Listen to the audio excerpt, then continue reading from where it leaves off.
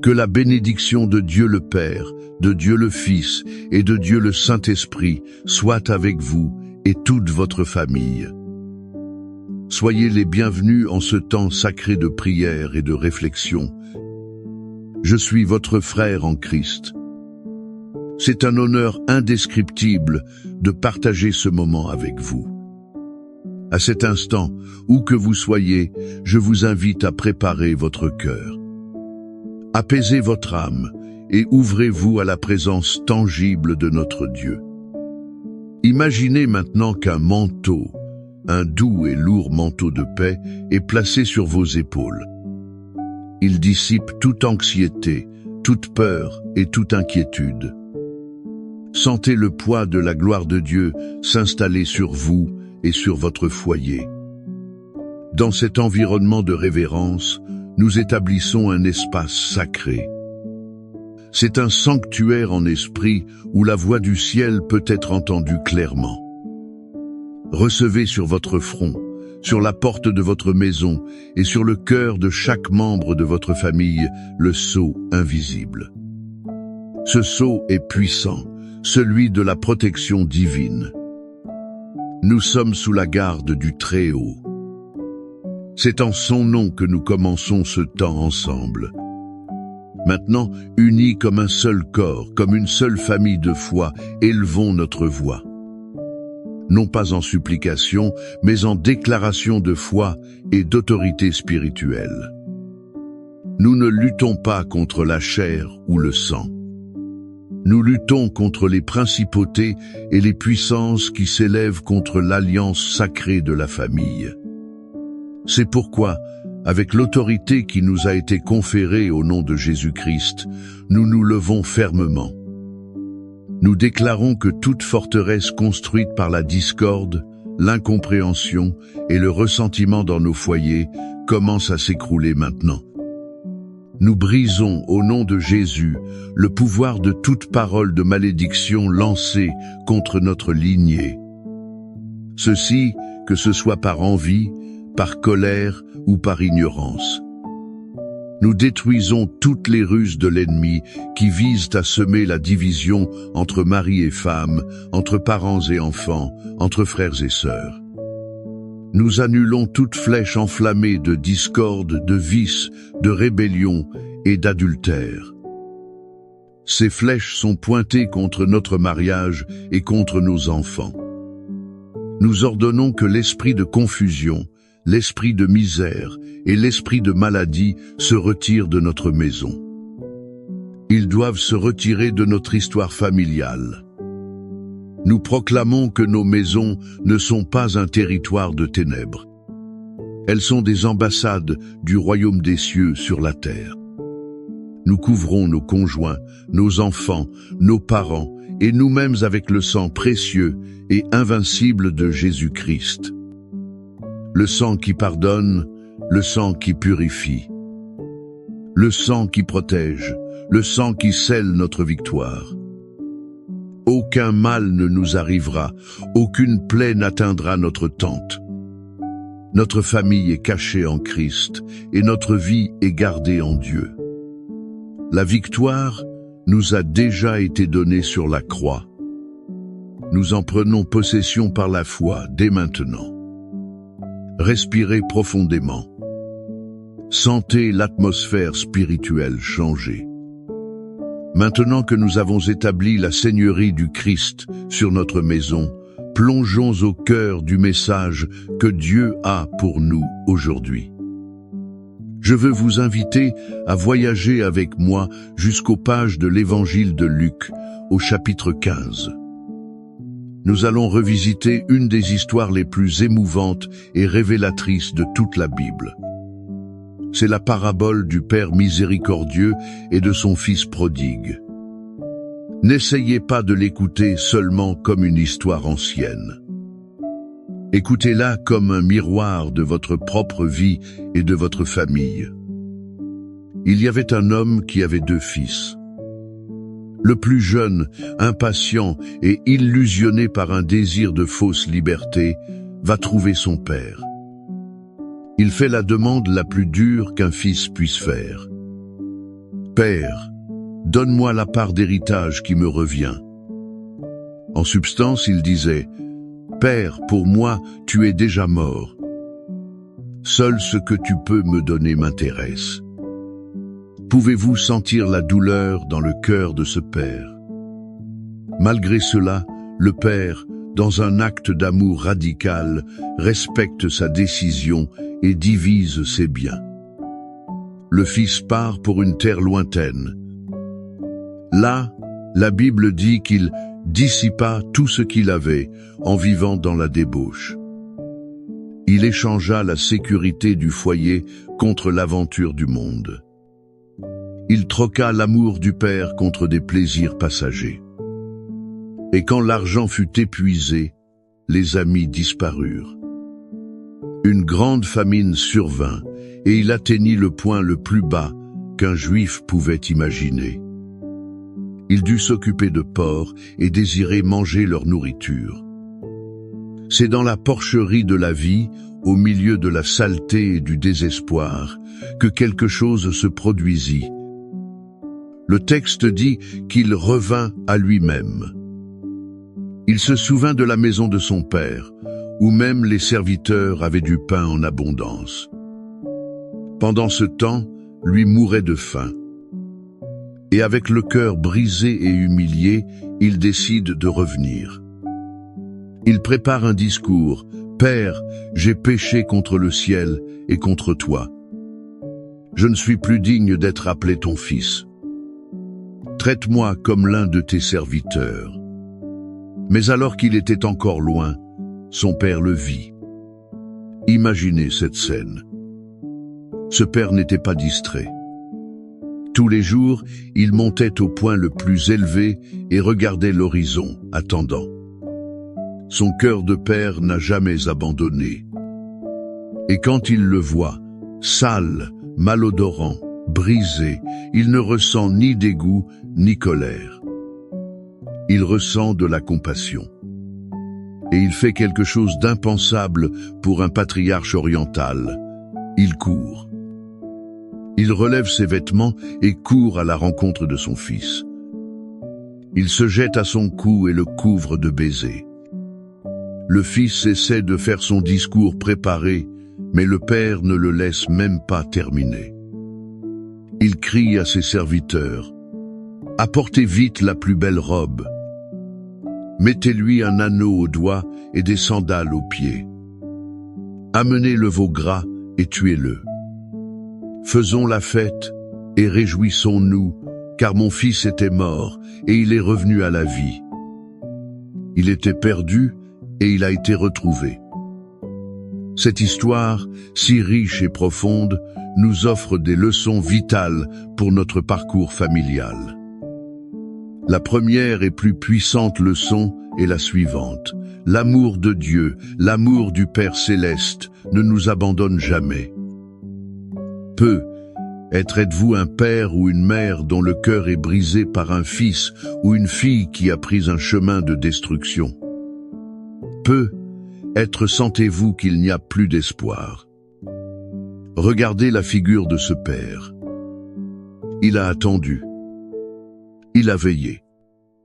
Il a aimé inconditionnellement. Son amour ne dépendait pas du bon comportement de son fils. Son amour était l'encre qui ramènerait un jour son fils. Sachez que Dieu regarde votre fils prodigue avec cette même compassion et cet amour qui ne faillissent jamais. N'abandonnez pas la prière, n'abandonnez pas l'amour. La deuxième leçon est qu'il y a toujours un chemin de retour à la maison. Le fils prodigue n'a commencé son voyage de retour que lorsqu'il est revenu à lui-même.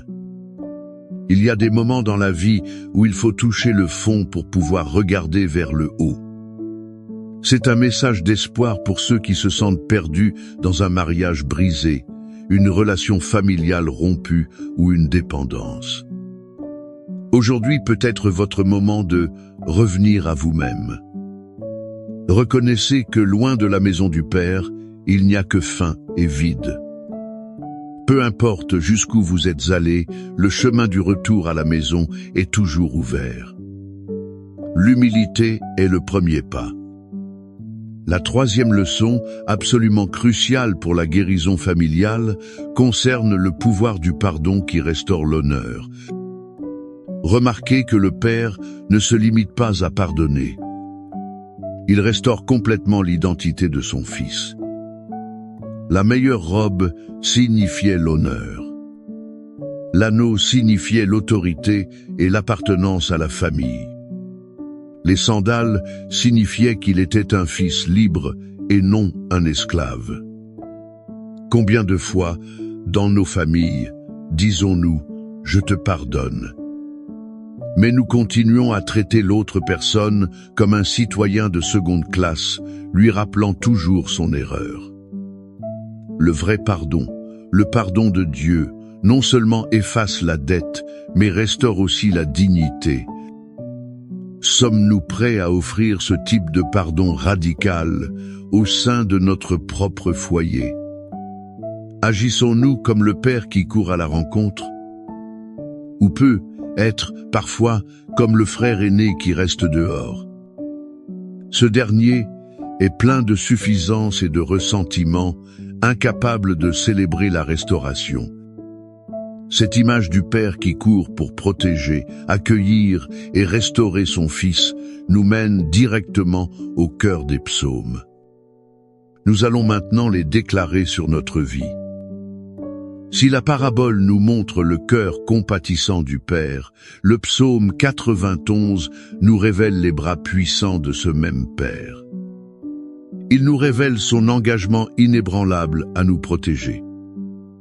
Et le psaume 23 confirme que ce Père protecteur est aussi notre bon berger. Il nous guide, nous soutient et pourvoit à tous les domaines de notre vie. C'est pourquoi je vous invite maintenant, une fois de plus, à fermer vos yeux si vous le pouvez. N'écoutez pas seulement ces mots comme de la poésie ancienne.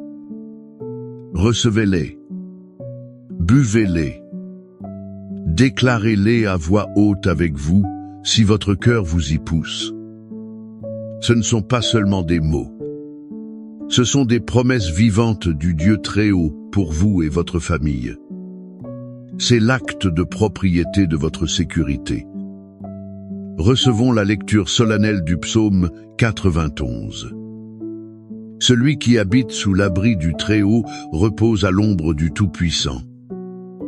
Je dis du Seigneur, il est mon Dieu, mon refuge, ma forteresse. C'est en lui que je mettrai ma confiance. Car c'est lui qui te délivre du filet de l'oiseleur, de la peste pernicieuse. Il te couvrira de ses plumes, et tu te réfugieras sous ses ailes. Sa vérité sera ton bouclier, et ta cuirasse. Tu ne craindras ni les terreurs de la nuit, ni la flèche qui vole de jour. Ni la peste qui marche dans les ténèbres, ni la contagion qui ravage en plein midi. 1000 tomberont à ton côté, et 10 000 à ta droite. Mais cela ne t'atteindra pas. De tes yeux seulement tu regarderas, et tu verras la rétribution des méchants. Car tu es mon refuge, ô Éternel. Tu as fait du Très-Haut ta demeure. Aucun mal ne t'arrivera, aucun fléau n'approchera de ta tente. Car il donnera ordre à ses anges à ton sujet. Ils te garderont dans toutes tes voies. Ils te porteront sur leurs mains, de peur que ton pied ne heurte une pierre. Tu marcheras sur le lion et sur l'aspic. Tu fouleras le lionceau et le dragon. Puisqu'il m'aime, je le délivrerai. Je le protégerai, car il connaît mon nom. Il m'invoquera, et je lui répondrai. Je serai avec lui dans la détresse. Je l'en délivrerai et je le glorifierai. Je le rassasierai de longs jours et je lui montrerai mon salut. Père aimé, Dieu Tout-Puissant, basé sur ta parole vivante et les promesses que nous venons de proclamer, nous entrons maintenant dans ta présence. Ceci avec audace et foi pour intercéder pour nos familles. Seigneur, tu vois le cœur de chaque père et de chaque mère qui pleure en silence pour un fils ou une fille qui s'est égaré. Il est loin, perdu dans les terres lointaines du péché et de la rébellion. Nous prions maintenant, Père, en accord, pour que chacun de ses fils et filles revienne à lui-même en cet instant précis. Que ton Saint-Esprit leur rappelle l'amour du foyer, la sécurité de tes bras. Crée en eux un désir insupportable de la maison du Père. Et nous, en tant que pères et mères, nous nous engageons à être comme le Père de la parabole. Nous nous engageons à attendre avec amour et à veiller en prière. Nous courons pour embrasser, sans accusation, lorsqu'ils reviendront. Nous réclamons la restauration des mariages qui sont au bord de l'effondrement. Là où il y a de la froideur, que ton feu rallume le premier amour.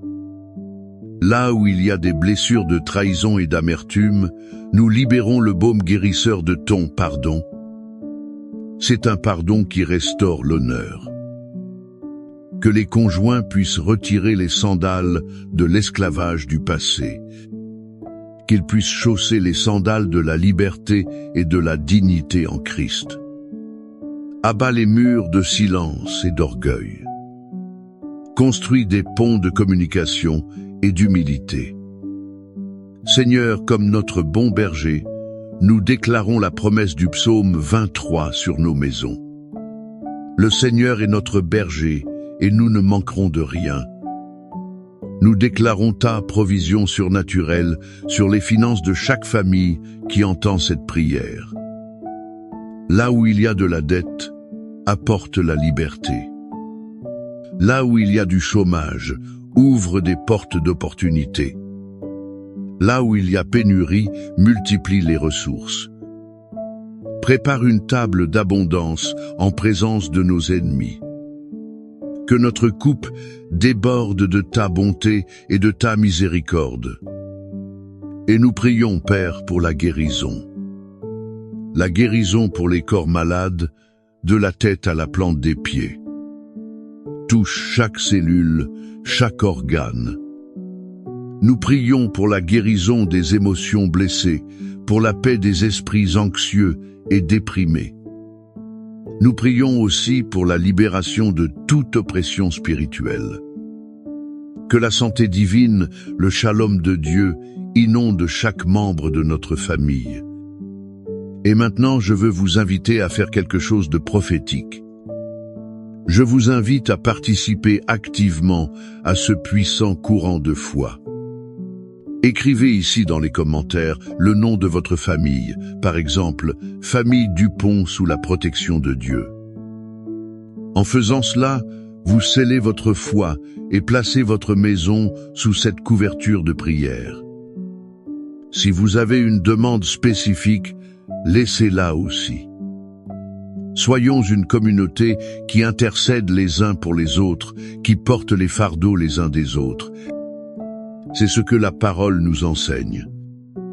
Que la certitude inébranlable de l'amour du Père, qui attend les bras ouverts, demeure sur vous et sur toute votre maison. Que la sécurité impénétrable de la protection du Très-Haut promise dans le psaume 91 demeure sur vous et sur toute votre maison. Et que le soin tendre et la provision abondante du bon berger, décrite dans le psaume 23, demeurent sur vous et sur toute votre maison. Ceci, non seulement aujourd'hui, mais pour tous les jours de votre vie. Allez en paix, fortifiés dans la foi et renouvelés dans l'espérance. Que votre famille soit un phare de la gloire de Dieu, un témoignage vivant de son pouvoir. Son pouvoir est de restaurer, protéger et unir. Et que l'amour qui unit le Père, le Fils et le Saint-Esprit soit le même amour qui cimente votre famille. Ceci, aujourd'hui et pour toujours. Amen.